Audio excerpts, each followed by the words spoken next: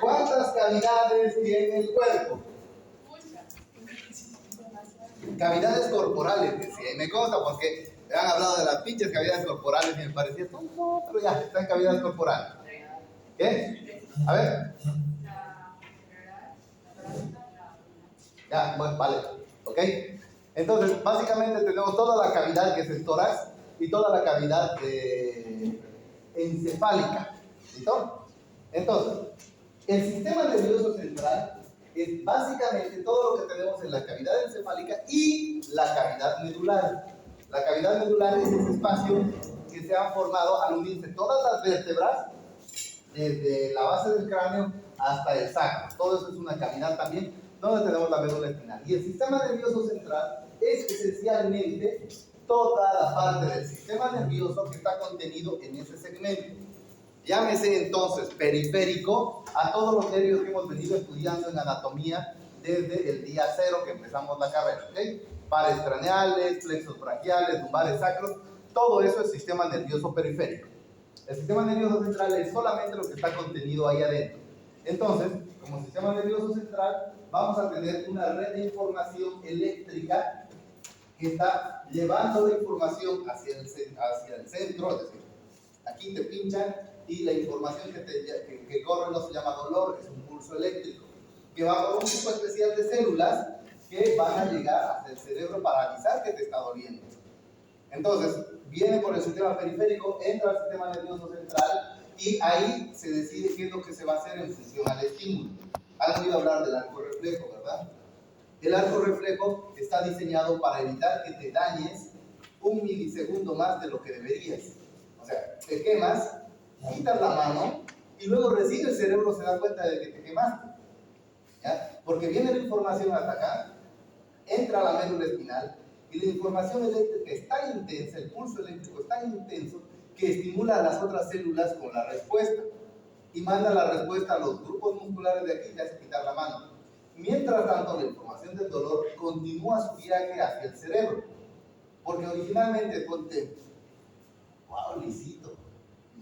Esa información llegó hasta la médula la procesó en el cerebro dijo, wow, lisito, y empezó a hacer este movimiento para sentirlo listo, pero no me estaba dañando el cuerpo. Entonces, póngase que le tomó 10 milisegundos llegar a mi cerebro para conseguir esta información. 1 milisegundo, 2 milisegundos, 3 milisegundos, 4 milisegundos, 5 milisegundos, se llegó hasta aquí en 10. Y luego bajó la respuesta en otros 3 más hasta aquí. Ahora, ¿qué ocurre con el arco reflejo? Me estoy quemando, se está dañando el cuerpo, 1 milisegundo, 2 milisegundos, 3 milisegundos, ahí mismo hace largo por el pulso eléctrico y retorna a los músculos, de tal manera que si en 10 milisegundos yo sentía que esto era lisito, en 3 milisegundos voy a responder al estímulo de que esto me está lastimando, ¿ok? A fin de que sea menor el tiempo de contacto entre el elemento patógeno y el elemento y el sistema nervioso central, ¿ya? Pero eso es, ¿qué les digo? Carreras de información.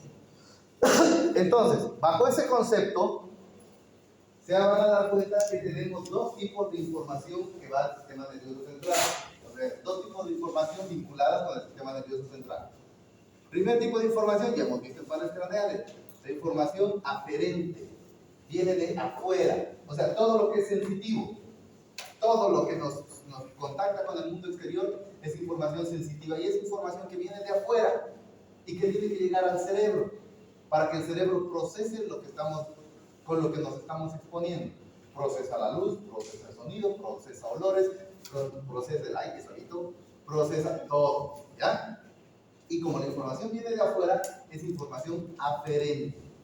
Ahora, para que nosotros captemos esa información aferente, necesitamos ciertos elementos que nos han enseñado en primero básico, órganos especializados en captar la información aferente, que se llaman ¿qué? Exacto, órganos de los sentidos, ¿ok?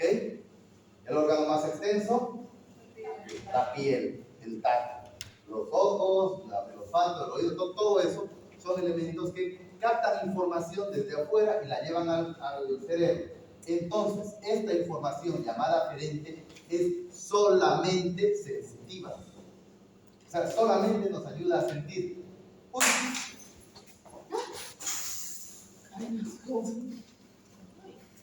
La voy a olvidar, ¿eh?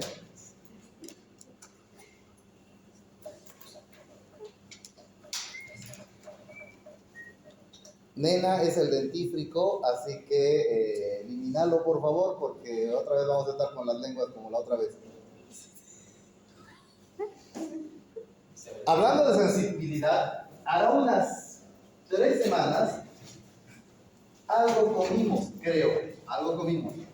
que nos ha sellado la boca con una sensación súper horrible, metalizada, y no nos pasó esa sensación en casi 2 semanas.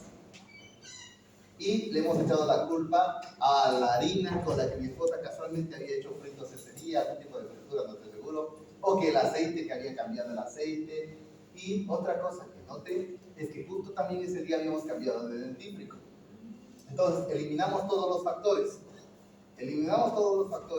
y de a poco fuimos recuperando nuestra sensación. Entonces yo dije, bueno, voy a ver uno por uno los elementos a ver si causan daño. Y en este caso empecé a utilizar el dentífrico que habíamos separado ya hace 3 semanas. Y otra vez me está volviendo la sensación en la boca. Y ahorita que estoy hablando de sensación dije, siento, entonces es el dentífrico. Salí corriendo y le dije allá, ¿qué? No me acuerdo, pero es uno de los que viene con colorcitos azules, verdes y blancos. ¿Ya? Creo, posiblemente sea Cres. ¿Okay? Bien, en todo caso, volviendo, con decirles que lo único que tenía en ese entonces era Colinos, así, Colinos, marca Colinos. ¿Por qué Colinos? Porque Colinos yo lo utilizo para, a mí no lo sabías que les dije, estas baquetas las hacía yo en el video de Chicoco de hace unos días. ¿No han visto el video de Chicoco? Entonces las 2 primeras baquetas que han visto las hice yo, las puse en exposición para que la gente diga, uy, qué bonito, quiero armar, vengan a mi club, y nos pusieron que es el club. Oigan, ¿saben qué? Les aviso un detalle. Fin de semana, desaparezco de mi casa el sábado, como a las 5 o 6 de la tarde, y suelo volver a mi casa a pedido de mi esposa con las salteñas el domingo, ¿ya? Pero estoy con ese grupo de amigos, así ese grupo de bichos raros que se sientan y empiezan a armar avioncitos y tanquecitos y cosas. Ese soy yo. Y si no tienes un pulso, pero así, y una vista, ahora así, no puedes armarlo correctamente. No puedes armarlo correctamente. Ustedes creen que bebemos, nos atiborramos con sodas, con Dr. Pepper sobre todo, y así la pasamos hasta el día siguiente armando maquetas. Entonces mi esposa feliz. Sabe dónde está su marido, sabe que no está viviendo, está felicota. De hecho no sabe que no bebo, ¿verdad? Pero bueno, volviendo al tema, la información que nos viene desde afuera es información. El dentífrico. El asunto es que los colinos, el dentífrico marca Colinos, tiene cierta característica, cierta textura, sensación aparente, cierta textura especial que nos sirve para pulir los vidrios de las maquetas. Entonces por eso yo tengo Colinos, con eso estaba puliendo las maquetas. Y como es un elemento, es uno de los dentífricos más básicos, tiene muchos menos químicos que los demás dentífricos, ¿ya? Entonces, cuando nos pasó el incidente del dentífrico hace ya 3 semanas, el dentífrico que tenía a mano era precisamente Colinos, así es que ahora voy a poder recuperar mis Colinos para seguir subiendo mis maquetas. En fin, volviendo al tema, la información que viene desde afuera se llamará aferente, ¿ya? Siempre es sensitiva y siempre va a llegar a algún punto del sistema nervioso central esperando una respuesta, ¿ok? Llega ahí para que el sistema nervioso central procese y diga, esto es un olor, me gusta el olor, no me gusta el olor, no me gusta el olor, me escapo de aquí. Y lo mismo ocurre con las sensaciones visuales, con todo, pero siempre es información que viene de afuera por un tipo de neurona especial que va a llevar la información hasta el sistema nervioso central, ¿ok? Y luego el sistema nervioso central va a procesar esa información y va a generar una reacción. Esa reacción normalmente implica que nos movamos. Entonces la reacción siempre va a ser motora. Entonces esa información que del centro está yendo hacia afuera para que reacciones se llama eferente. Aferente viene de afuera, eferente viene de adentro para afuera, ¿ok? Entonces, la información motora es eferente, la información sensitiva es aferente. ¿Estamos? Ahora, Como la información sensitiva viene de afuera y llega hasta el cerebro, se le llaman vías ascendentes, porque están viniendo de algún punto del nervio hasta la parte de arriba del cerebro, que es, digamos, la parte de arriba. Y las otras vías, las motoras, se les llama descendentes. ¿Ok? ¿Las vías ascendentes cuáles serían? Las sensitivas o aferentes. Y las descendentes serán las motoras o eferentes. ¿Ya? ¿Estamos? Bien. Hasta aquí vamos bien, creo. ¿Alguna pregunta? Bien. Con esto en mente, volvemos a manejarnos con el principio que habíamos visto en pares craneales. Orígenes reales y orígenes aparentes. Los orígenes son el núcleo, los orígenes reales son el núcleo donde se encuentra la neurona. ¿Ya? Y el sistema nervioso central tiene grupos neuronales acumulados en diferentes segmentos que están organizados de una manera bastante simétrica. En cuanto a la médula espinal, esos grupos neuronales están ubicados en el centro de la médula espinal y a eso le llamamos sustancia gris medular. En cuanto al cerebro, esos grupos neuronales están ubicados en la corteza cerebral y le llamamos corteza cerebral. También le llamamos capa del manto. ¿Ok? No obstante, esos grupos nucleares, núcleos neuronales que están en la corteza cerebral, también hay grupos organizados en el centro del cerebro, en la parte, o sea, justo aquí en el centro. ¿Ok? Entonces tenemos los núcleos de la corteza y núcleos en el centro que están en la base del cerebro, a los que le llamamos núcleos de la base. Y luego tenemos un segmento de transición entre el cerebro y la médula espinal. Nuestro cerebro y nuestra médula espinal son sistemas nerviosos que están vinculados, pero imagínense un chupete, ¿no ven? Un chupete, el cerebro, la bola, y el palito que es la médula espinal. Muy chocante que llegue directamente en engorde. Hay un segmento intermedio que va engrosando la médula hasta encontrarse con el cerebro. Y a eso le llamamos tallo cerebral o tallo encefálico, que contempla una porción de la médula espinal que se ha agrandado a que le llamamos bulbo o médula oblonga, que se continúa con una siguiente porción llamado puente o protuberancia. Ese puente o protuberancia se llama puente porque conecta dos lados del cerebelo que está por detrás. Y de la última porción se llama mesencéfalo, que es algo que está conectándose con el cerebro. ¿Listo? ¿Qué dijo que era los tres elementos juntos? Tallo encefálico. ¿Ok? Bien. ¿Hasta ahí vamos? Bien. Ahora bien, ¿qué es lo que nos toca estudiar en este bloque? Dime. Entonces, los orígenes reales se encuentran en la mezcla de neurona, en la sustancia gris, en la corteza cerebral y en la base del cerebro. ¿Qué? Los orígenes reales son los núcleos neuronales. Están en la sustancia gris del sistema nervioso central. Punto aparte. La sustancia gris del sistema nervioso central está organizada de diferente manera en diferentes lugares. Esa sustancia gris en la médula espinal está organizada en el centro de la médula espinal. Esa sustancia gris en el cerebro está organizada principalmente en la periferia del cerebro, que es lo que llamamos capa del manto, y hay grupos de sustancia gris que van a estar en el centro del cerebro, a lo que le llamamos núcleos de la base. Y luego, en el tallo cerebral, lo que normalmente tenemos son fibras nerviosas que están subiendo o bajando. Ahora necesito a nuestra queridísima Villalobos, que me va a mirar feo porque ella está poniendo cara de me miro feo. Ven acá, Villalobos, digo, Díaz Romero. Ven, ven, agradecer que no te digo Avenida Bush, ven aquí. Oigan, es las 8:15, ¿qué es esto? Buenos días. Díaz, en serio. Ajá. Ven aquí, Díaz Romero, por favor. Te necesito de mano. Ahí. ¿Por qué me agarré a Díaz Romero? ¿Por qué me agarré a Díaz Romero? Por eso hermoso. ¿Ya? Ahora bien, la médula espinal. Wow, bien. La médula espinal y todo el sistema nervioso central está formado por neuronas, y ya han visto que las neuronas, su fibrita y demás. Imagínense que cada uno de estos cabellos es un filamento de una neurona. Una neurona puede tener su núcleo aquí en la periferia, sintiendo algo en el brazo, va a llegar hasta la médula y de la médula hasta el cerebro. Puede hacerlo, hay vías directas, hay vías indirectas.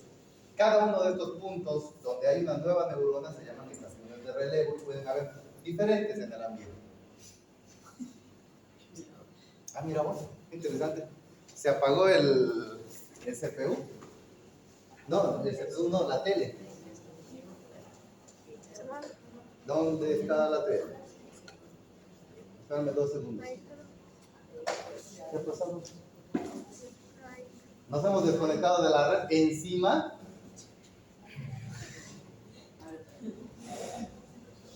¿Qué habrá pasado acá? No te vayas, Lía Romero. ¿Qué es lo que ocurre? Las fibras van a llegar hacia el cerebro y van a estar organizadas en un cordón de esta manera. Perdón. Ese cordón es la médula espinal. Y entiéndanlo así, por favor. Ese cordón son filamentos, tal cual, que están tan apretados y tan compactados que parecen la médula espinal. Esos filamentos suben o bajan. Y además de esto, la médula espinal la vamos a cortar en 2 partes. Una mitad derecha y una mitad izquierda. Es lo mismo a la derecha que a la izquierda. Hay filamentos que suben y filamentos que bajan en ambos lados. Pero siempre va a estar organizado en un único cordón que llamamos el cordón medular. ¿Listo? De tal manera que cuando hablemos de vías, nos estamos refiriendo a estos filamentos que están o subiendo o bajando. Vías ascendentes cuando están llevando la información al cerebro y vías descendentes cuando la información es motora y está descendiendo a algún punto aquí abajo. ¿Listo? ¿Estamos hasta acá? Bien, solamente era eso, gracias. Seguimos sin internet. Qué raro. Realmente qué raro. Claro que tampoco me voy a preocupar porque en realidad no me urge. Tengo ya aquí la imagen que quería. Y intentamos esto mientras tanto. Ya. Hasta aquí vamos. Ay, no, mis ojos. Entonces, hasta aquí vamos con lo que funciona, cómo funciona el sistema nervioso central, ¿verdad? Ya. ¿Alguna pregunta? Dime. O sea que todo lo que acabas de explicar ahorita está alrededor de la sustancia gris. No, también es la sustancia gris. También es la sustancia gris. Ya, ahorita vamos a entrar en ese detalle. Vámonos a otro detalle más. ¿Qué cosa era la sustancia gris? ¿Y qué cosa es la sustancia blanca? La capa de los axones. La capa de los axones. Los axones. La capa de la sustancia blanca es esencialmente axones. ¿Ya? Que son los cilindroejes o axones que están yendo de una neurona de un lado al otro, o de una neurona desde el cerebro hasta la médula, o de alguna neurona de uno u otro a otro segmento. Ahora bien, cada una de estas vías, y si nos da tiempo vamos a ver vías también, funciona, no dije hoy, pero vamos a ver el neuronal. Cada una de estas vías tiene estaciones de relevo, porque no siempre hay una neurona que empezando aquí va a terminar en la punta de mi dedo gordo. Necesita, no, en serio. En el mejor de los casos, una neurona de la punta de mi dedo gordo va a llevar información hasta aquí, con un cilindro eje así de largo, desde la punta de mi dedo gordo hasta acá. Ahora, hagan de cuenta de que la neurona es del tamaño de sus cabezas. Si esa neurona está en la punta de mi dedo gordo, la ampliamos en escala, ese es su cilindro eje, facilito llega hasta posiblemente Canadá, porque así de largo es la distancia que tendría que correr su cilindro eje hasta aquí. ¿Listo?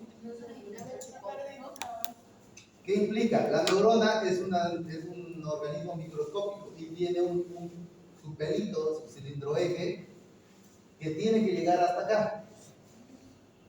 Dupliquen el tamaño de la neurona, es el microscópico organismo y es del doble de tamaño, pero su cilindro eje es el doble de largo. ¿A qué se refiere? Dupliquen ese tamaño, es el doble de tamaño. Estoy hablando, vamos agrandando. De tal manera que si llegamos a poner una neurona visible del tamaño de la cabeza de cualquiera de uno de ustedes, su cilindro eje sería tan grande como llegar de aquí hasta el polo norte. ¿Ok? Esa es la distancia en todo caso. ¿A qué se refiere con cilindro eje? ¿De qué? El axón o cilindro eje, mujer, que lo han enseñado. ¿Qué ha dicho cilindro eje? ¡Axón o cilindro eje, dicho! Eso lo han visto en colegio. ¿Eh? Ya, ok. Preguntas. Bien, entonces les decía, hay un grupo de neuronas así de largas. Y, es decir, llega hasta aquí, así de largo será su neuronas, pero no llega hasta el cerebro. Necesita estaciones de relevo. Y normalmente la sustancia gris de la médula espinal es la estación de relevo, sensitiva o motora. Entonces, llegará aquí, cerca a la médula espinal, termina en un ganglio donde está la siguiente neurona. Esta siguiente neurona, desde este ganglio, va a llevar la información hacia la médula espinal. La va a meter en la médula espinal y ahí hay otra neurona más. Desde esa sustancia gris, de esta nueva neurona, recién sube la información hasta aquí al tallo encefálico. Ahí la recibe otra neurona y esta neurona decide a dónde llevar la información. Se la lleva a otra neurona más o se la lleva directamente a los centros de procesamiento. Entonces las vías ascendentes sensitivas suelen tener entre 3 y 7, 8 estaciones de relevo. Vamos, primero la neurona que percibe la sensación, que la lleva cerca a la médula. La otra es la neurona que agarra la información de cerca de la médula hasta la médula. O sea, es un granito así de chiquitito la médula. ¿Okay? Y de dentro de la médula, otra neurona que la va a llevar hasta los centros superiores. Y de los centros superiores, una más que va a decidir para dónde la envía. A partir de ahí ya pueden ser 3, 4 neuronas más, o solo una, o ahí queda, ¿ya? En cambio, la información motora normalmente solo tiene 2 neuronas. La neurona que en la corteza cerebral le dice al brazo, muévete, va a llegar hasta el punto donde tiene que salir el nervio para que se mueva ese brazo, y ahí va a tener una segunda neurona que va a ser la neurona que va a disparar el movimiento en ese músculo. Entonces, las neuronas motoras, las vías descendentes normalmente solamente tienen 2 estaciones de relevo, en tanto que las ascendentes pueden tener hasta 10 y 10. ¿Listo? A eso le llamamos vías de conducción. ¿Hasta aquí alguna pregunta? Entonces la motora va desde la corteza hasta la médula. Desde la corteza hasta el músculo, donde se hace a la médula y de la médula al músculo. Eso es lo que preguntaba. Bien. Las ascendentes, no dije tienen 10. Dije, pueden tener hasta 10. Oigan, aprendan a leer. Aprendan a entender lo que leen.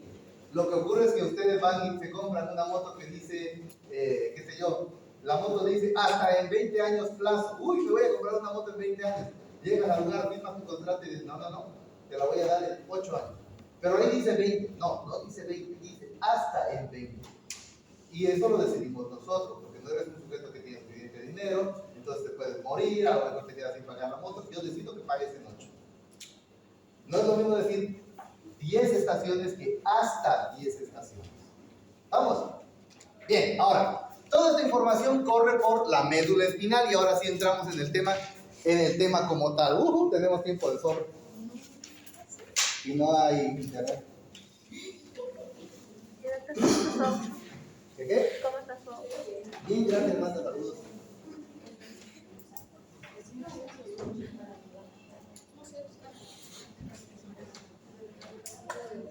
Oye, pero había internet hasta que se apagó de que tanto hablábamos, ¿no?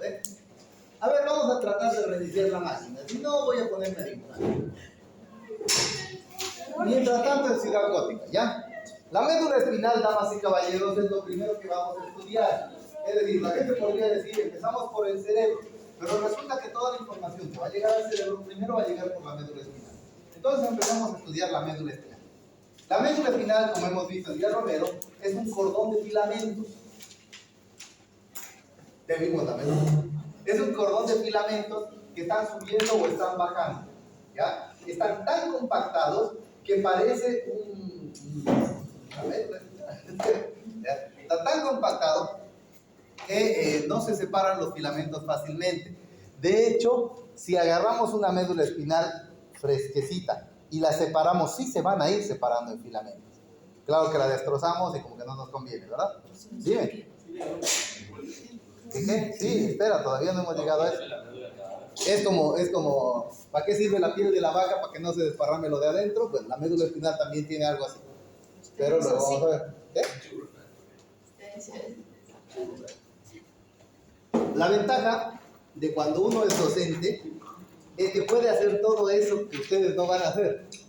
Es decir, enseñen la materia que ustedes enseñen va a llegar un momento en el que ustedes van a tener acceso a ciertos elementos de esa materia. Ahora, ¿qué cosa es más divertido que enseñar anatomía? No tengo idea.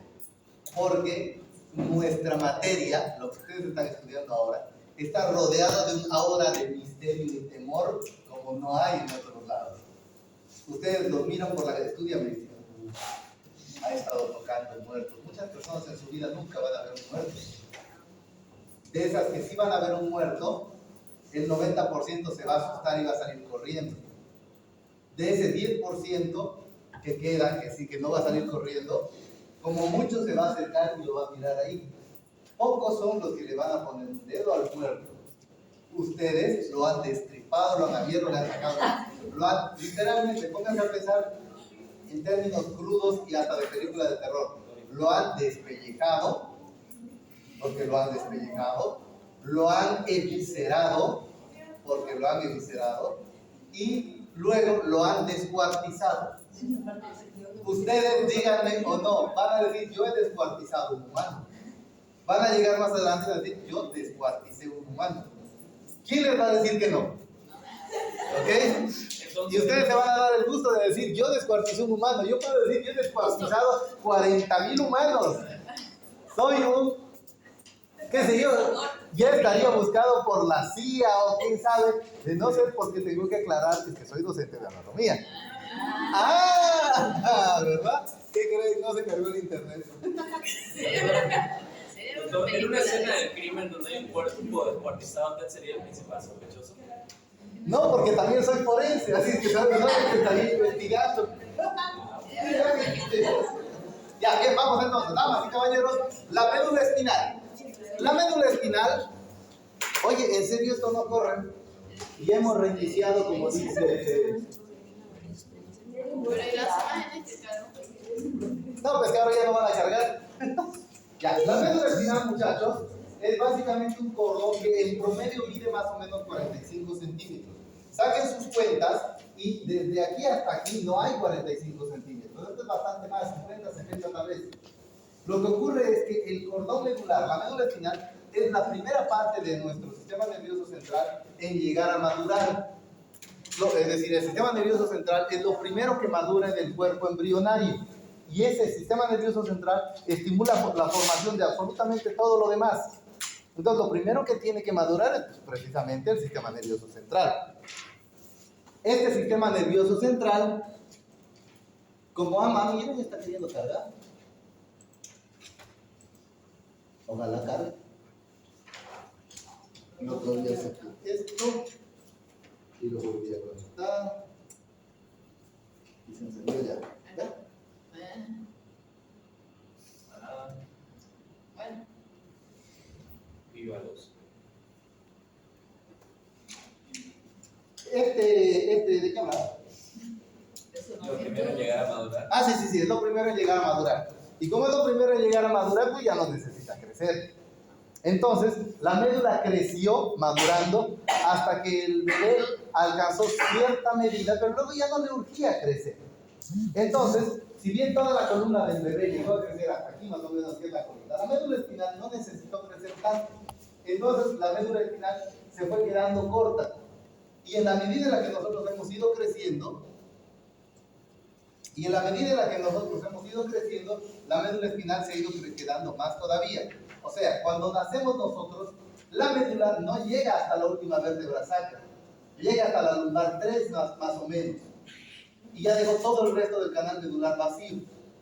Y en la medida en la que vamos creciendo, la médula va creciendo, pero mucho más lento que el resto del cuerpo. De tal manera que cuando ya están en esta edad, ya han concluido su crecimiento, la médula espinal se ha quedado entre la lumbar 1 y la lumbar 2. Quítate. Miren, ya hay señal. Entonces, hasta la lumbar 3 en el bebé y hasta la lumbar 2 en el adulto. Aproximadamente, sí. Lumbar 2. Sí, bueno, eso se concluyó. Ya, pues, qué molestoso que es esto.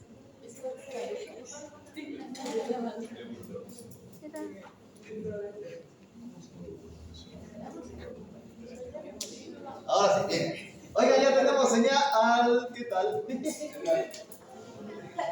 Entonces, la médula espinal, como les he mencionado, mide esos 45 centímetros. Pero aquí, no, ya se perdió la señal. Había señal hace 2 segundos. ¿Y si lo dibuja? Sí, voy a tener que dibujarlo porque no me dejan ya. Entonces, la médula espinal, para eso tengo los marcadores acá. Mide más o menos 45 centímetros y termina acá. Es un cordón, ya hemos visto, que mide en promedio, allí hemos dicho 45 centímetros. ¿Dónde empieza la médula espinal? Aquí casi en la base del cráneo, casi. Está de hecho a nivel del arco anterior del atlas. Hasta ahí llega la médula espinal. De ahí para arriba ya es el tallo encefálico. Ahora, la médula espinal, si bien es un cordón, no es un cordón así, sino que tiene engrosamiento. Bueno, ya, ok. Visto desde arriba, está ovalada, por ende no es totalmente cilíndrica. De tal manera que de lado a lado puede medir entre 1.1 hasta el 1.2 de ancho, es decir, 1.2 centímetros de ancho, vamos a poner el más, de lado a lado. Y de adelante hacia atrás, mide hasta 1 centímetro. O sea, tampoco es así que bruto. Sí. Ahí está. Noten que aquí es apenas más amplio que esto de aquí, que de adelante hacia atrás. De lado a lado 1.1 a 1.2 y de adelante hacia atrás desde 0.9 hasta 1 centímetro. ¿Ya? O sea, sí es ovalado, pero muy poco ovalado. De anterior a posterior, 0.3 a 1. ¿Alguien escuchó que ella ha dicho 3 en algún momento? No, ¿verdad? Al parecer no. ¿Ya? Aquí tengo medidas. Miren, les calculé que tienen 1.1, 1.2 de ancho y de adelante hacia atrás 0.9 hasta 1 centímetro. ¿Listo? Entonces no es perfectamente cilíndrico. Ahora, más allá de esto, la médula espinal en sus 45 centímetros tiene engrosamientos y adelgazamientos a los que les llamamos intumescencias. Las intumescencias son puntos en los que la médula espinal amplía en casi 1 milímetro todos sus diámetros, ¿ok? Entonces, en esta primera intumescencia, que está más o menos a nivel de la columna cervical, de hecho le llamamos intumescencia cervical, en lugar de medir 1.1, medirá 1.3. Y de adelante, ahora sí dije 3. Y de adelante hacia atrás, 0.9, 1, 1.1. Hay algunos engrosamientos. Y tenemos 2 intumescencias. Chicos, saben que no les debería estar dando los números, ¿verdad? Entonces ahí lo dejan. ¿Sí? Y luego, aquí abajo, tenemos la última intumescencia, que le llamamos intumescencia lumbar. Esta intumescencia lumbar y esta intumescencia cervical da origen a los nervios que van a ir a los miembros. ¿Ok? Plexo lumbar, plexo cervical. Plexo sacro, plexo cervical. ¿Ok? Entonces, como hay más nervios que tienen que ir a las extremidades, también hay más núcleos neuronales. Como hay más núcleos neuronales, también tenemos mayor tamaño en la médula espinal. Por eso se forman las 2 intumescencias, una arriba y una abajo. Esa primera intumescencia va a empezar aproximadamente en la vértebra cervical 3 a cervical 4, termina más o menos en T1, y aquí, averigüen ustedes. ¿Me han hecho recuerdo cuando disculpan? Ya hice recuerdo. ¿Qué? O sea, que eso corresponde a los plexos. Exacto, es donde corresponden los plexos en cada uno de los casos. Ahora, la médula